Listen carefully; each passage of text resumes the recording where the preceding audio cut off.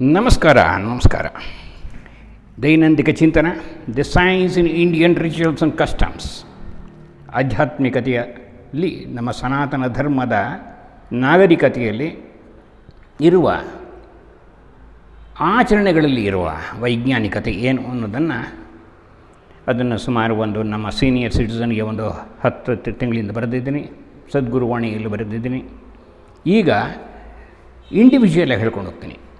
ಅದರಲ್ಲಿ ಅದು ಬರೆದಿರೋದನ್ನೇ ಸ್ವಲ್ಪ ಇಂಡಿವಿಜುವಲಾಗಿ ಅಂದರೆ ಸ್ವಲ್ಪ ಕಾಂಪ್ರಹೆಂಡ್ ಮಾಡಿ ಚಿಕ್ಕದಾಗಿ ಚೊಕ್ಕವಾಗಿ ಹೇಳ್ತೀನಿ. ಯಾಕೆಂತಂದರೆ ಆ ಮ್ಯಾಗ್ಝೈನ್ ಎಲ್ಲರಿಗೂ ತಲುಪೋದಿಲ್ಲ. ಯಾಕೆಂದರೆ ಅದೊಂದು 1000 ಮೆಂಬರ್ಸು, ಇದೊಂದು 2000. ಹಾಗಾಗಿ ತಮ್ಮೆಲ್ಲರ ಅವಗಾಹನೆಗಾಗಿ ಏನು ಕಳೆದ ವಾರ ನಾನು ಹೇಳಿದೆ, ಸೃಷ್ಟಿ ನಾದಾತ್ಮಕವಾಗಿದೆ. Om big bang theory. Big bang ಯಾವಾಗಾಯಿತು, ಏನಾಯಿತು, ಅವೆಲ್ಲ ಪ್ರಶ್ನೆ ಯೂಟ್ಯೂಬಲ್ಲಿ ನೋಡ್ಕೊಳ್ಳಿ, ಇದರಲ್ಲಿ ನೋಡ್ಕೊಳ್ಳಿ, ನೀವು ಗೂಗಲ್ ನೋಡ್ಕೊಳ್ಳಿ. ಅವರವರ ಗ್ರಾಹ್ಯಕ್ಕೆ, ಅವರವರ ನಂಬಿಕೆಗೆ ಬಿಟ್ಟಿದ್ದು. ಸೌಂಡು ಪಿಟೀಲಿನ ತುಂಬ ಫ್ರೀಕ್ವೆನ್ಸಿಲಿ ಬಾರಿಸಿದ್ರೆ ಗಾಜು ಹೊಡೆದು ಹೋಗುತ್ತೆ. ಹಾಗೆ ಪ್ರೊಫೆಸರ್ ಇಮೋಟೋ ಬಗ್ಗೆ ಹೇಳಿದೆ ನಾನು ಕಳೆದ ವಾರ. ಅವನೇನು ಹೇಳ್ದಾನೆ, ಸೌಂಡ್ ತಗೊಳ್ಳುತ್ತೆ, ಬೇರೆ ಬೇರೆ ಪಿಕ್ಚರ್ಗಳನ್ನು ಕ್ರಿಯೇಟ್ ಮಾಡುತ್ತೆ, ಪಾಸಿಟಿವ್ಗೆ ಪಾಸಿಟಿವ್ ವೈಬ್ರೇಷನ್ಸ್ ತಗೊಳುತ್ತೆ, ನೆಗೆಟಿವ್ ವೈಬ್ರೇಷನ್ ಪಿಕ್ಚರ್ ಕೊಡುತ್ತೆ ಅಂತ ಹೇಳ್ದೆ. ಅದನ್ನೆಲ್ಲ ನಾನು ಹೇಳಿದೆ. ಈಗ ನಾನು ಮುಂದಕ್ಕೆ ಬರ್ತೀನಿ. ಅದು ಸೌಂಡ್ ರೆಸೊನೆನ್ಸ್ಗೆ ಆಯಿತು. ಈಗ ಯಾವುದಾರೋ ನಮ್ಮಲ್ಲಿ ದೆವ್ವ ಅನ್ನೋದಕ್ಕೆ ಸುಮ್ಮನೆ ಒಂದು ಇದು ಕೊಡ್ತೀನಿ. ದೇವರು ಅಂದರೆ ಏನು ಅಂತಂದರೆ ಡಿವಿನಿಟಿಲಿ, ಪಾಸಿಟಿವ್ ವೈಬ್ರೇಷನ್ಲಿ ಧನಾತ್ಮಕವಾಗಿ ಬೆಳೆದಿರುತ್ತೆ. ಈ ನೆಗೆಟಿವ್ ವೈಬ್ರೇಷನ್ಸ್ ಅದು ಡೆವಿಲ್ಲು. ಇವೆರಡು ಅಡ್ಮಿಕ್ಸ್ಚರ್ಸಲ್ಲಿ ನಾನೇ ಪ್ರಪಂಚ ಗೆಲ್ತೀನಿ ಅಂತ ಡೆಮನ್ ವೈಬ್ರೇಷನ್. ಅವನು ಡೆಮನ್ ಆಗ್ಬಿಡ್ತಾನೆ. ಹಾಗೆ ಅದ್ರ ವ್ಯಾಖ್ಯಾನ ಬೇಡ, ಅದು ಸಬ್ಜೆಕ್ಟು ಬೇರೆ ಇದೆ, ಅದರದ್ದೇ ಒಂದು. ಈಗ ಎರಡನೇ ಸಬ್ಜೆಕ್ಟ್ ಬರ್ತೀನಿ. ಪ್ರತಿಯೊಂದು ಸಬ್ಜೆಕ್ಟ್ಗೂ 3-4 ಸ್ತರಗಳಲ್ಲಿ ಹೇಳ್ತೀನಿ. ಏನು sound resonance, metaphysics, quantum theory, quantum ವೈಬ್ರೇಷನ್ಸಿಂದ, ಆಮೇಲೆ ಪ್ಯಾರಾಸೈಕಾಲಜಿ 4 ಲೆವೆಲಲ್ಲಿ ಹೇಳ್ತೀನಿ. ಇನ್ನೂ ಜಾಸ್ತಿ ಹೇಳೋರಿದ್ದಾರೆ, ನಾನು ನೋಡಿಲ್ಲ. ಇರಲಿ. ಇದು 10 ಮುಖದಲ್ಲಿ 10 ನಿಮ್ಮಂಥ ಜ್ಞಾನಿಗಳು ಕೊಟ್ಟಿರೋದನ್ನು ನಾನು ಕಾಂಪ್ರಮೈಂಟ್ ಮಾಡ್ತಿದ್ದೀನಿ. ಕೆಲವೊಮ್ಮೆ ಬಲ್ಲವರಿಂದ ಕಲಿತು, ಕೆಲವೊಮ್ಮೆ ಶಾಸ್ತ್ರಗಳಿಂದ ಮಾಡ್ತು, ಕೆಲವೊಮ್ಮೆ ಮಾಳ್ಪರಿಂದ ಕಲಿತು, ಕೆಲವೊಮ್ಮೆ ಸುಜ್ಞಾನದಿಂದ ನೋಡೋದು, ಅಂದರೆ ಕಾಂಪ್ರಹೆಂಡ್ ಮಾಡೋದು. ಕೆಲವೊಂದು ಸಜ್ಜನ ಸಂಘದ ಎಲ್ಲಿ ಹರ ಹರ ಶ್ರೀ ಚನ್ನಸ್ವಾಮೀಶ್ವರ, ಎಲ್ಲಿಲ್ಲ ಸ್ವಾಮಿ ಭಗವಂತನ. ಕ್ವಾಂಟಮ್. ಈಗ ಮೆಟಾಫಿಸಿಕ್ಸ್ ಬಗ್ಗೆ ಹೇಳ್ಕೊಂಡು ಹೋಗ್ತೀನಿ. ಮೆಟಾಫಿಸಿಕ್ಸ್ ಅಂತಂದರೆ ಫಿಸಿಕ್ಸೇ. ನೀರು ಐಸ್ ಆಗುತ್ತೆ, ಲಿಕ್ವಿಡ್ ಆಗುತ್ತೆ, ವೇಪರ್ ಆಗುತ್ತೆ. ಈಗ ಇನ್ನೊಂದು ಡೈಮೆನ್ಷನ್ ಕಂಡಿಡ್ತೀಯಾನ ಮನುಷ್ಯ. ಏನು ಅಂತಂದರೆ ಅದು ನೀರನ್ನ ಸ್ಟೀಮ್ ಮಾಡಿ, ಸ್ಟೀಮನ್ನು ಮತ್ತೆ ಅದನ್ನು ಇದು ಮಾಡಿದ್ರೆ, ಎಕ್ಸ್ಪ್ಲೋಡ್ ಮಾಡಿದ್ರೆ ಆಕ್ಸಿಜನ್ ಹೈಡ್ರೋಜನ್ ಉರಿಯುತ್ತೆ. ಅದು ಫ್ಯೂಷನ್. ನೋಡಿದ್ರೆ ಫ್ಯೂಷನ್ ಎನರ್ಜಿ ಆಗುತ್ತೆ. ಅಂದರೆ ಅದು ಹೈ ಟೆಂಪರೇಚರ್ ಹೋಗಬೇಕು. ಸ್ಟೀಮ್ ಏನೋ 2-3 ಸಾವಿರ ಡಿಗ್ರಿ ಇದ್ದರೆ ಅದು ಇನ್ನೂ ಜಾಸ್ತಿ ಇರುತ್ತೆ. ಅದಕ್ಕೆ ಜರ್ಮನಿ ಎಲ್ಲ ಪ್ರಪಂಚ ಎಲ್ಲ ಇವಾಗ ಪೆಟ್ರೋಲ್ ಮುಗಿದ ಮೇಲೆ ಯಾವುದಾದ್ರು ಒಂದು ಮೀನ್ಸ್ ಬೇಕಲ್ಲ, ಹಾಗಾಗಿ ಕಂಡುಹಿಡಿತಿದ್ದಾರೆ. ಅದನ್ನ ಅಲ್ಲಿಗೆ ನಿಲ್ಲಿಸ್ತೀನಿ. ಈ ಮೆಟಾಫಿಸಿಕ್ಸಲ್ಲಿ ಏನಾಗುತ್ತೆ ಅಂತಂದರೆ, ಇಟ್ಸ್ ಹೈಯರ್ ಡೈಮೆನ್ಷನ್. ಅದನ್ನು ಮೆಟಾಫಿಸಿಕ್ಸ್ನ ಮೀಮಾಂಸಾ ಅಂತ ಅನ್ನೋಣ ಸದ್ಯಕ್ಕೆ. ಒಂಥರ ಮೀಮಾಂಸಾ ಶಾಸ್ತ್ರ ಅಂದರೆ ಅತೀಂದ್ರಿಯ ವಿಜ್ಞಾನ. ಅತೀಂದ್ರಿಯ ವಿಜ್ಞಾನ ಅಂದರೆ ಆದಿಭೌತಿಕದ ಗೊತ್ತು, ಫಿಸಿಕ್ಸ್ ಗೊತ್ತು, ಆದಿದೈವಿಕ, ಆಧ್ಯಾತ್ಮಿಕದ ಲೆವೆಲ್ಲು ನೀರಿನಲ್ಲೂ ಇದೆ. ಅಂದರೆ ಈ ಕ್ವಾಂಟಮ್ ಇವಾಗ ತಂದುಬಿಡ್ತೀನಿ. ಇವಾಗ ಎಲ್ಲಿ ಇಲ್ಲ ಕ್ವಾಂಟಮ್ಮು. ಈಗ ನಾವು ಅತಿ ಸೂಕ್ಷ್ಮವಾದ್ದನ್ನು ಕ್ವಾರ್ಟ್ಸ್ ಅಂತೀವಿ. ಅದರಿಂದ ಇನ್ನೂ ಸೂಕ್ಷ್ಮವಾಗಿ ಹೋದಾಗ ಫೋಟಾನ್, ಅದರಲ್ಲಿ ಎಲೆಕ್ಟ್ರಾನ್, ಪ್ರೋಟಾನ್, ನ್ಯೂಟ್ರಾನ್ ತಿರುಗ್ತಿರುತ್ತೆ.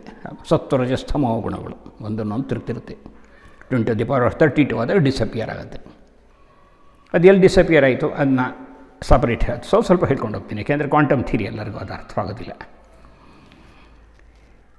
ಇದು ಹೇಗೆ ಅಂತಂತಂದರೆ ನೂಲೆಳೆಯಿಂದ ಎಲ್ಲ ಕಡೆ ಇದೆ. ಜಿನೇವಾದಲ್ಲಿ 22 ಕಿಲೋಮೀಟರ್ದಲ್ಲಿ 1,200 ಅಡಿ ಆಳದಲ್ಲಿ ಒಂದು ಟನಲ್ ಮಾಡಿ ಪ್ರಪಂಚದಲ್ಲಿ ಈ ಪೆಟ್ರೋಲ್ ಮುಗಿದ ಮೇಲೆ ಏನಾದ್ರು ಕಂಡುಹಿಡಿಬೇಕಲ್ಲ, ಹಾಗಾಗಿ ಎಲೆಕ್ಟ್ರಾನ್, ಪ್ರೋಟಾನ್, ನ್ಯೂಟ್ರಾನ್ ಚಾರ್ಜ್ ಮಾಡೋಣ ಅಂತ ಹೊರಟರು. ಆವಾಗ ವಿಜ್ಞಾನಿಗಳು ಹೇಳಿದ್ರು ಎಲೆಕ್ಟ್ರಾನ್ ಎಲ್ಲ ಕಡೆ ಇರುತ್ತೆ, ಆ ಶಕ್ತಿ ಕಷ್ಟ, ಚಾರ್ಜ್ ಆಗಿಬಿಟ್ರೆ ಯೂನಿವರ್ಸ್ ಬರ್ಸ್ಟ್ ಆಗ್ಬೋದು, ಹಾಗಾಗಿ ಪ್ರೋಟಾನ್ ಮಾಡೋಣ. ತಮೋಗುಣ ಇಂಡಿಯಾದಲ್ಲೂ ಸುಮಾರು ಒಂದು 500 ಕೋಟಿ, ಸುಮಾರು 5,000 ಕೋಟಿಯನ್ನು ಖರ್ಚು ಮಾಡಿದ್ರು. ಮ್ಯಾಗ್ನೆಟ್ ಕೊಟ್ಟರು 22 ಕಿಲೋಮೀಟ್ರಿಗೆ ಟನ್ನಲ್ಗೆ ಚಾರ್ಜ್ ಮಾಡಿದ್ರು ಪ್ರೋಟಾನ್. ತಮೋಗುಣ ಏನೂ ಆಗಲಿಲ್ಲ. ಅದು ಹೆಗ್ಗಿನ್ ಬ್ಯಾದಮ್ ಥಿಯರಿ. ತಮಗೆ ಗೊತ್ತಾಯ್ತಲ್ಲ ಈಗ, ಹೆಗ್ಗಿನ್ ಬ್ಯಾದಮ್ ಥಿಯರಿ. ಅದನ್ನು ಮುಂದುವರ್ಸಲ್ಲ, ಯಾಕೆಂತಂದರೆ ಅದು 10 ನಿಮಿಷ ಬೇಕಾಗತ್ತೆ. ಇಲ್ಲಿ ವೇದಾಂತ ಹೇಳುತ್ತೆ, ನಮ್ಮ ವಿಜ್ಞಾನ, ವೇದಗಳ ಕಾಲದ ವಿಜ್ಞಾನ ಇಲ್ಲಿ ಹೇಳುತ್ತೆ. ಯಾವುದಕ್ಕೆ? ಕ್ವಾಂಟಮ್ಗೆ. ಎಷ್ಟು ಚಕ್ಷುಷಾ ಪಶ್ಯತಿ ಏನು ಚಕ್ಷುನ್ ಪಶ್ಯತಿ.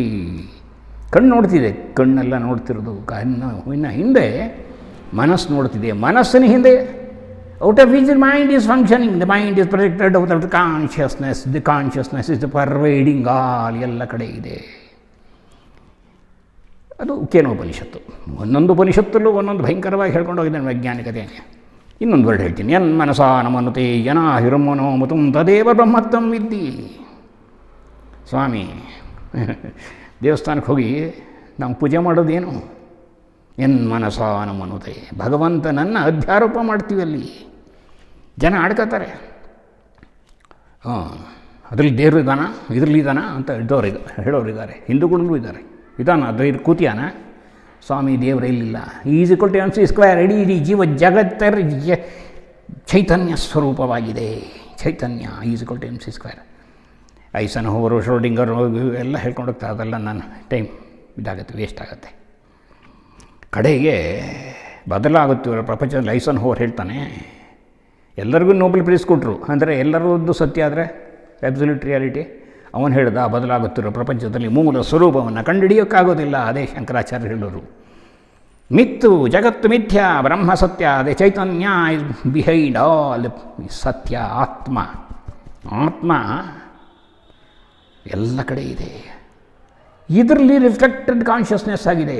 ದೇಹದಲ್ಲಿ, ಬಿಲ್ಡಿಂಗಲ್ಲಿ, ಮರದಲ್ಲಿ ರಿಫ್ಲೆಕ್ಟ್ ಆಗಿಲ್ಲ. ಅದು ರಿಫ್ಲೆಕ್ಟ್ ಆಗಲ್ಲ. ಇಲ್ಲಿ ರಿಫ್ಲೆಕ್ಟ್ ಆಗುತ್ತೆ, ನಿಮ್ಮಲ್ಲಿ ರಿಫ್ಲೆಕ್ಟ್ ಆಗುತ್ತೆ. ಈಗ ನಾನು ಏನು ಒಳ್ಳೆಯದು ತುಂಬ್ಕೊಂಡಾಗ ಒಳ್ಳೆಯದನ್ನೇ ಸಮಾಜಕ್ಕೆ ಕೊಡ್ತೀನಿ, ಕೆಟ್ಟದ್ದು ತುಂಬಿಕೊಂಡ್ರೆ ಕೆಟ್ಟದನ್ನೇ ಸಮಾಜಕ್ಕೆ ಕೊಡ್ತೀನಿ. ಅರ್ಥ ಆಗ್ತಾಳೆ. ಅಂದರೆ ಈ vibration, quantum vibration, electron, proton, neutron level ಏನು ತುಂಬ್ಕೊಳ್ತೀವಿ ಅದನ್ನು ಸಮಾಜಕ್ಕೆ ಕೊಡ್ತೀವಿ. ನಿನ್ನ ಮನಸ್ಸಾನ ಮನುತೆ, ಮನಸ್ಸು ಏನು ಯೋಚನೆ ಮಾಡುತ್ತಿದೆಯಲ್ಲ, ಏನನ್ನು ಕೆಟ್ಟದ್ದು ಮಾಡುತ್ತೆ, ಒಳ್ಳೇದು ಮಾಡುತ್ತೆ, ಪಾಪ ಪುಣ್ಯಗಳು ಮಾಡುತ್ತೆ, ಇನ್ನೊಂದು ಜನ್ಮ ಪಡೆಯುತ್ತೆ. ಅದಲ್ಲ. ಏನೋ ಹಿರ್ಮನೋ ತಮ್ಮ out of which the mind is illumining the functioning, it has got power, that is ಆತ್ಮನ್.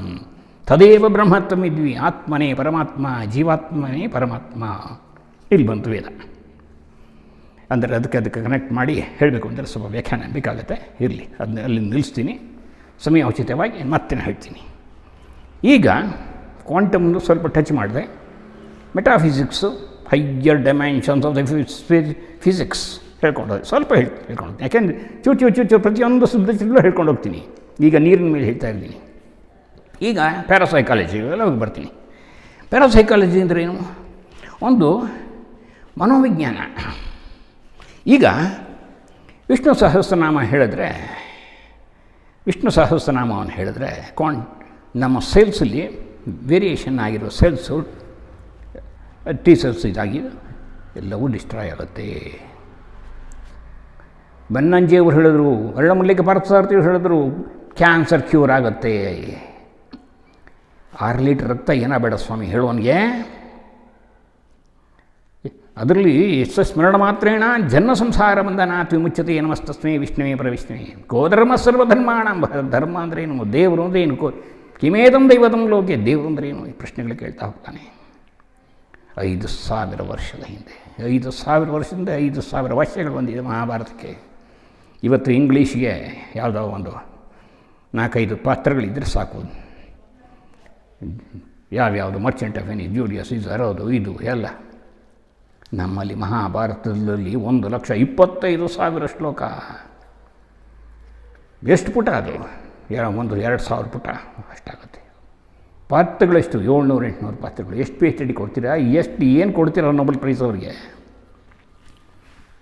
ಇಲ್ಲಿ ಷೋಡಶ ಸಂಸ್ಕಾರಗಳಲ್ಲಿ ನಮ್ಮದು ಜಪ ತಪ ಹೋಮ ಯಾಗ ಯಜ್ಞಗಳಲ್ಲಿ, ಪ್ರತಿಯೊಂದು ಆಚರಣೆಗಳಲ್ಲಿ ಕುಂಕುಮ ಇದಿಟ್ಕತ್ತೀರ, ಜನವಾರ ಹಾಕತ್ತೀರ, ಸದ್ಕತ್ತೀರ, ಬೆಳೆ ಹಾಕತ್ತೀರ, ಪ್ರತಿಯೊಂದರ ಹಿಂದೆ ವೈಜ್ಞಾನಿಕತೆ ಇದೆ.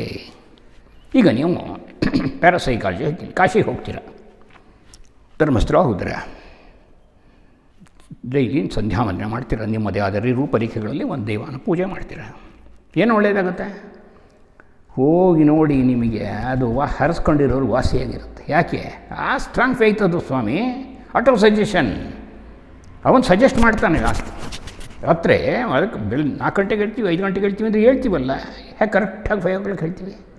ಹಾಗೆ ನನ್ನ ದೇಹದಲ್ಲಿರುವ endocrine system, pituitary, thyroid, adrenal, pancreas, ಅದು ಇದು ಎಲ್ಲವೂ ವರ್ಕ್ ಮಾಡುತ್ತೆ.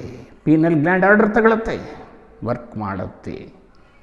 ಹಾಗೆ ಆಟೋಸಜೆಷನ್, ಅಫರ್ಮೇಷನ್, ಅದು ಸಂಕಲ್ಪ ನಾನು ಮಾಡಬೇಕು.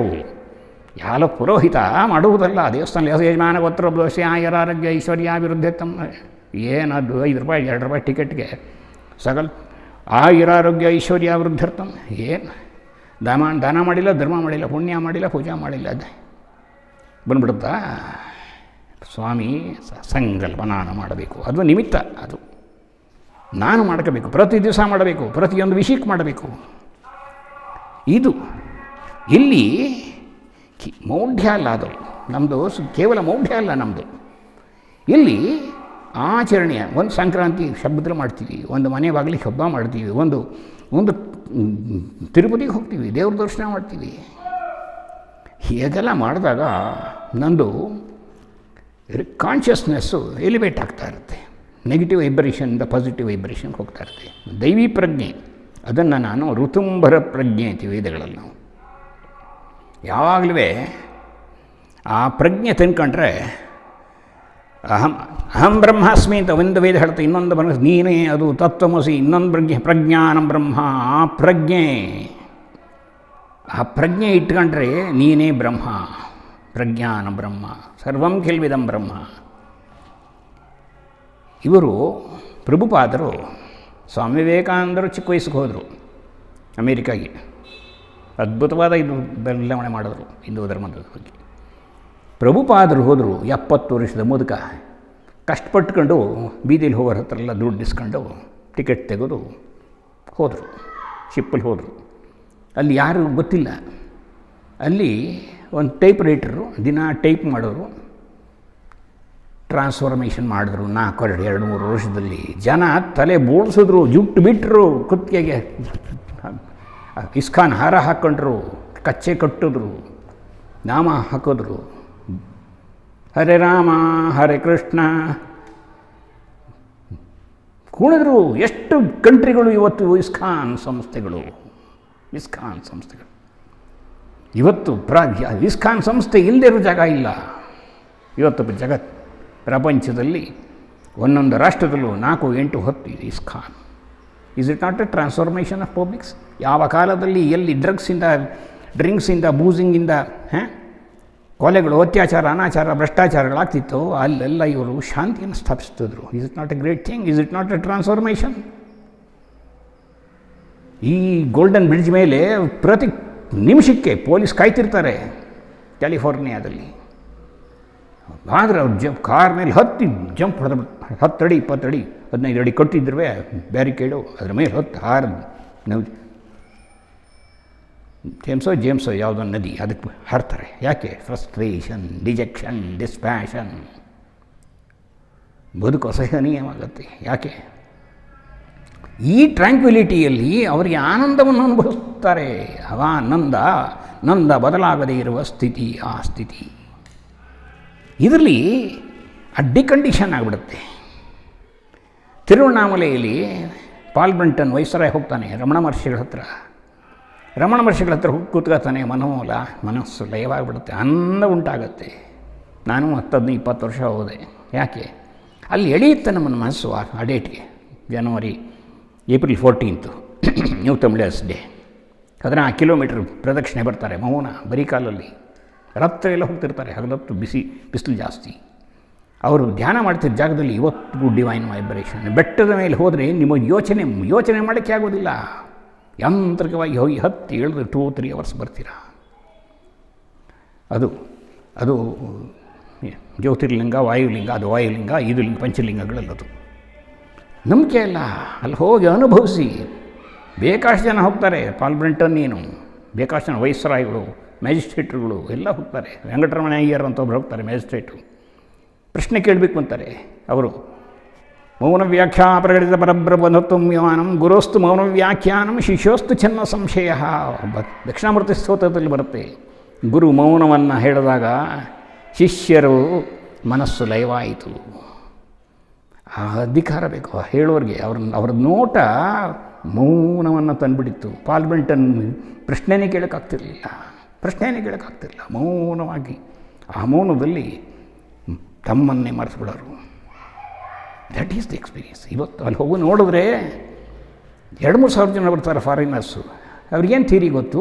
ರಮಣ ಮಹರ್ಷಿಗಳು ಮೌನ ಮಾತ್ರ. ಅವ್ರಿಗೇನೂ ಇಲ್ಲ. ನೀನು ಯಾರು ಅಂತ ನೀನು ಪ್ರಶ್ನೆ ಹಾಕುವ ಸಾಕು, ಉತ್ತರ ಕೊಡುತ್ತೆ. ಯಾರು? ನಾನು ಯಾರು? ದೇಹನ? ಅಲ್ಲ. ಮನಸ್ಸ? ಅಲ್ಲ. ಮೈಂಡ್ ಉತ್ತರ ಕೊಟ್ಕೊಂಡು ಹೋಗುತ್ತೆ.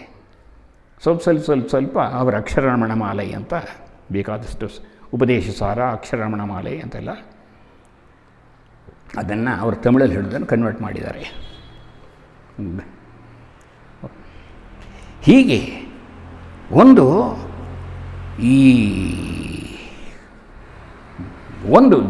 ರಥೋತ್ಸವ, ಒಂದು ಉತ್ಸವ, ಒಂದು ಇದಕ್ಕೆಲ್ಲ ಹೋದಾಗ ಏನಾಗುತ್ತೆ ಅಂತಂತಂದರೆ ಮನಸ್ಸು ಲೈವ್ ಆಗಿಬಿಡುತ್ತೆ. ಹಾಗಾಗಿ ನಮ್ಮಲ್ಲಿ ಹಬ್ಬಗಳ ಪ್ರತೀಕ ಧರ್ಮಸ್ಥಳ ಇರ್ಬೋದು, ತಿರುಪತಿ ಇರ್ಬೋದು. ಈ ತಿಂಗಳು ನಾನು ಈಗ ನೆಕ್ಸ್ಟ್ ಕಮಿಂಗು ಕಾಶಿ, ನಮ್ಮ ಸೀನಿಯರ್ ಸಿಟಿಸನ್ನಿಂದ ನಮ್ಮ ಒಂದು ಗ್ರೂಪು ಪ್ಯಾಕೇಜ್ ಹೋಗ್ತಾಯಿದ್ದೀವಿ. ಬನಾರಸ್ಸು ಇದೆಲ್ಲ ಯಾವುದು ಅಯೋಧ್ಯ ಎಲ್ಲ ಹೋಗ್ತಾಯಿದ್ದೀವಿ. ಯಾಕೆ ಹೋಗ್ತೀವಿ? ಅಲ್ಲಿ ಅಷ್ಟು ಕಾಲ ನಾವು ಅದನ್ನು, ಆ ಸ್ಥಿತಿಯನ್ನು ಪ್ರಿಪೇರ್ ಮಾಡ್ಕೊಂಡು ಹೋಗ್ತೀವಿ. ಮೈಂಡನ್ನ, ಆ ದೇವ್ರನ್ನ. ನೀವು ಯಾವುದಾದ್ರು ಒಂದು ದೇವಸ್ಥಾನಕ್ಕೆ ಹೋಗ್ತೀರಾ ಅಂತಂದರೆ, ತಿರುಪತಿಗೆ ಹೋಗ್ತೀರಾ ಅಂದರೆ ಬೇರೆ ಯೋಚನೆ ಮಾಡ್ಕೊಂಡು ಹೋಗ್ತೀರಾ. ತಿರುಪತಿ ಭಗವಾನ್ ವೆಂಕಟರಮಣನ್ನ, ಗೋವಿಂದರನ್ನ ಸ್ಮರ್ತಾ ಹೋಗ್ತೀರಾ. ಡಿಕಂಡೀಷನ್ ಆಯಿತು. ಅದು ಧನ್ಯತೆ. ನಿಮ್ಮ ಮನಸ್ಸು ಎಲಿವೇಟ್ ಆಗಿಬಿಡ್ತು. Conscience to mind consciousness. ಅದು ಕಣ್ಣು ಗೊತ್ಕೊತೀವಿ.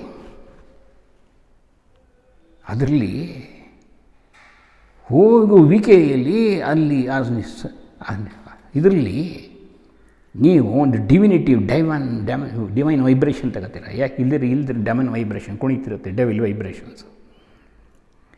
ಯಾರನ್ನೋ ನಾವು ದೂಷಿಸ್ತಾ ಇದ್ದರೆ, ಸೌಂಡ್ ರೆಸೊನೆನ್ಸಲ್ಲಿ ಹೇಳ್ತೀನಿ, ಕ್ವಾಂಟಮಲ್ಲೂ ಉದಾಯಿ, ದೂಷಿಸ್ತಾ ಇದ್ದರೆ ಹಾಳಾಗೋದು ನನ್ನ ಮನಸ್ಸು, ನನ್ನ ದೇಹ. ನಾನು ಒಂದು ಸಲ ಸಿಟ್ಟಿಗೆದ್ದರೆ ಈ ಅಡ್ರಿನಲ್ ಡಿಸ್ಚಾರ್ಜ್ ಆಗುತ್ತೆ, cortisols. It starts killing the whole body. ಕಿಡ್ನಿಗೆ ಹೋದ್ರೆ ಕಿಡ್ನಿ ಹೋಗ್ಬಿಡುತ್ತೆ, ಲಿವರ್ಗೆ ಹೋದ್ರೆ ಲಿವರ್ ಹೋಗ್ಬಿಡುತ್ತೆ. ಏನು ನಾನು ತುಂಬ್ಕೊತೀನಿ ನನ್ನಲ್ಲಿ ಪಾಸಿಟಿವ್ ವೈಬ್ರೇಷನ್, ಅದನ್ನು ನಾನು ಕೊಡ್ತೀನಿ ಅಲ್ವಾ? ಏನು ತುಂಬ್ಕೊತೀವಿ? ಈಗ ಕೆರೆ ಇದೆ, ಓವರ್ಫ್ಲೋ ಆಗೋದು ಕೆರೆ ತುಂಬಿದ ಮೇಲೆ ಅದು ಓವರ್ಫ್ಲೋ ಆಗುತ್ತೆ. ಕೆರೆ ಎಷ್ಟು ಬೇರಿಂದ ಕೋಡಿ ಅಂತೀವಿ. ಹಾಗೆ ಪಾಸಿಟಿವ್ ವೈಬ್ರೇಷನ್ ತುಂಬ್ಕೊಂಡ್ರೆ ರತ್ನಾಕರ ಬೇಡ, ವಾಲ್ಮೀಕಿ ಆಗ್ಬಿಟ್ಟ. ಯಾಕೆ? ರಾಮನಾಮದ divine vibration. Is it not false? ರಾಮಾಯಣವನ್ನೇ ಬರೆದ ಅದು. ಮೊನ್ನೆ ವಾಲ್ಮೀಕಿ ಇದು ಬಂತು, ನೆನೆಸ್ಕೋಬೇಕು, ಅಂದೆಲ್ಲ ಒಂದು ಲೈನ್ ಓದಬೇಕು. ರತ್ನಾಕರ ಬೇಡ ಕಾಶಿಯ ದಂಡೆಯಲ್ಲಿ ಒಂದು ಆಶ್ರಮದಲ್ಲಿ ಮಹರ್ಷಿಗಳ ಮಗ ಅದನ್ನು ಹುಟ್ಟುತ್ತಾನೆ. ಮಗು ನೋಡ್ತಾರೆ, ಓಹೋ ದರೋಡೆಕೋರ ಅವನು ಅಂತಾರೆ. ಇನ್ನೊಬ್ಬರು ಹೇಳ್ತಾರೆ, ಇಲ್ಲ ಮಹರ್ಷಿ ಆಗ್ತಾನೆ ಅವನು. ಆಮೇಲೆ ಹುಡುಕ್ತಾರೆ, ಅದನ್ನು ತಾಯಿ ಹುಷಾರಾಗಿ ಮಗುನ ಇಟ್ಕೊಂಡು ನದಿಗೆ ಹೋಗಿದ್ಲು, ಬಟ್ಟೆಗೆ ಹೋಗಿತ್ತಾ ಇಟ್ಟಿದ್ಲು ಮಗುನ ಬುಟ್ಟಿ ಯಾವಾಗ ಜೊತೆಲಿ ಹೊದ್ದು ಬಂತು, ಏನೋ ಒಂದು ಪುದ್ದು ಅಂತ ತೊಗೊಂಡೋಯ್ತು. ಎತ್ತಕ್ಕಾಗಲಿಲ್ಲ, ಬಿಟ್ಟುಬಿಡ್ತು. ಅದು ಒಂದು ಬೇಡರ ತಾಂಡ ಅಂತಲೇ ಹೇಳ್ತಾರಲ್ಲ, ನೆಟ್ ಕಟ್ಟಿದ್ರು ಅಲ್ಲಿ ಒಣಗಿಸುತ್ತೆ. ಅದ್ಮೇಲೆ ಬಿತ್ತು, ಅದು ಸಾಕಿದ್ರು. ಬೇಡನಾದ, ತಲೆ ಹೊಡೆಯೋನಾದ. ಒಬ್ಬ ಸಲಿ ಇವನು ನಾರದ ಬಂದ, ನಿನ್ನ ಪಾಪ ಅವ್ರು ತಗೋತಾರಣ್ಣಪ್ಪ ಅಂತ. ಪಾಪ ಅಂದರೆ ಗೊತ್ತಿಲ್ಲ ಅವನಿಗೆ. ಸರಿ, ಟ್ರಾನ್ಸ್ಫಾರ್ಮೇಷನ್ನು ಅವನಿಗೆ ಯಾರೂ ತಗೊಳ್ಳಲ್ವ, ನಿನಗೆ ಪಾಪ ಬರುತ್ತೆ, ನೀನು ಈ ಜನ್ಮದ ಹುಟ್ಟಿದ್ಯಾ, ನೋಡು ಅವ್ರನ್ನ ನೋಡು, ಅವ್ರು ನೋಡು, ನನ್ನ ಹತ್ರ ಏನಿಲ್ಲ ತಂಬೂರಿ, ಆ ರಾಜರು ಹಾಗೆ ಹುಟ್ಟಿದ್ದಾರೆ, ನೀನು ಹಾಗೆ ಹುಟ್ಟಬೋದಲ್ವ. ಸರಿ, ಅವನು ರಾಮನಾಮ ಕೊಟ್ಟ. ಮತ್ತೆ ಅವನ ಮೇಲೆ ರಾಮನಾಮದಿಂದ ಅವನು is one with the conscience to the conscience ಹೋದ, ವಾಲ್ಮೀಕಿ ಆದ. ಇನ್ನೊಬ್ಬ ವಾಲ್ಮೀಕಿ ಆದ ನಿಂತೇಲೆ ಒಂದು ದಿವಸ ಒಂದು ಪಕ್ಷಿಗೆ ಯಾರೋ ಭಿನ್ನವು ಬೇಡ ಬಿಟ್ಟ. ಆವಾಗ ಆ ಶೋಕ, ಆಗ ಅವನು ಹೇಳ್ತಾನೆ, ಶೋಕದಿಂದ ಶ್ಲೋಕ ಹೊರದು ಬಿಡ್ತ ಅವನಿಗೆ, ಶೋಕವೇ ಶ್ಲೋಕವಾಗತ್ತೆ.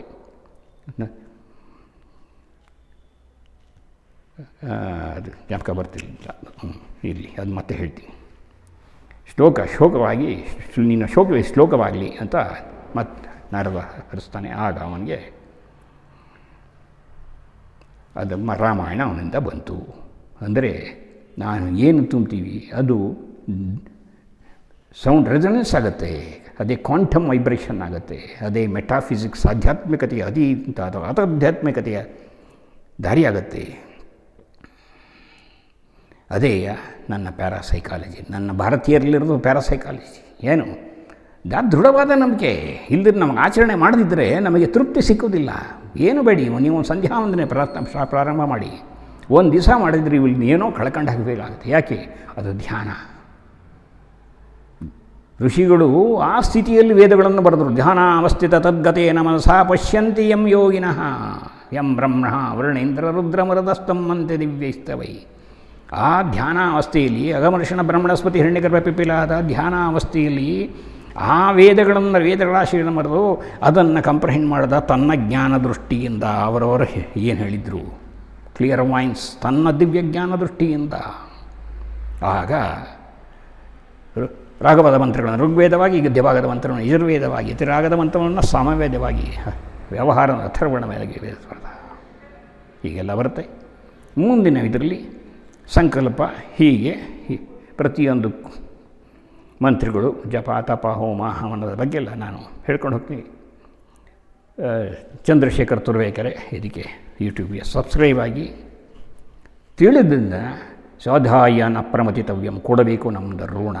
ಹಾಗಾಗಿ ನೀವು ಹಂಚಿಕೊಂಡು ಒಂದು ಜ್ಞಾನ ಯಜ್ಞ ಅಂದ್ಕೊಳ್ಳಿ. ಇದನ್ನು ನಾನು ಕೊಡ್ತಿರೋದಲ್ಲ, ಅದು ಸನಾತನ ಧರ್ಮದಿಂದ ಹರಿದು ಬಂದಿರುವ ಈ ಜ್ಞಾನ ನಿಮ್ಮಿಂದ ಮತ್ತೆ 4 ಜನಕ್ಕೆ ಹರಿದು ಬರಲಿ. ಸರ್ವೇ ಜನ ಸುಖಿನೋ ಭವಂತು. ವಿದ್ಯೆ ಸೈ ಕನ್ಕ್ಲೂಡ್. ನಮಸ್ಕಾರ.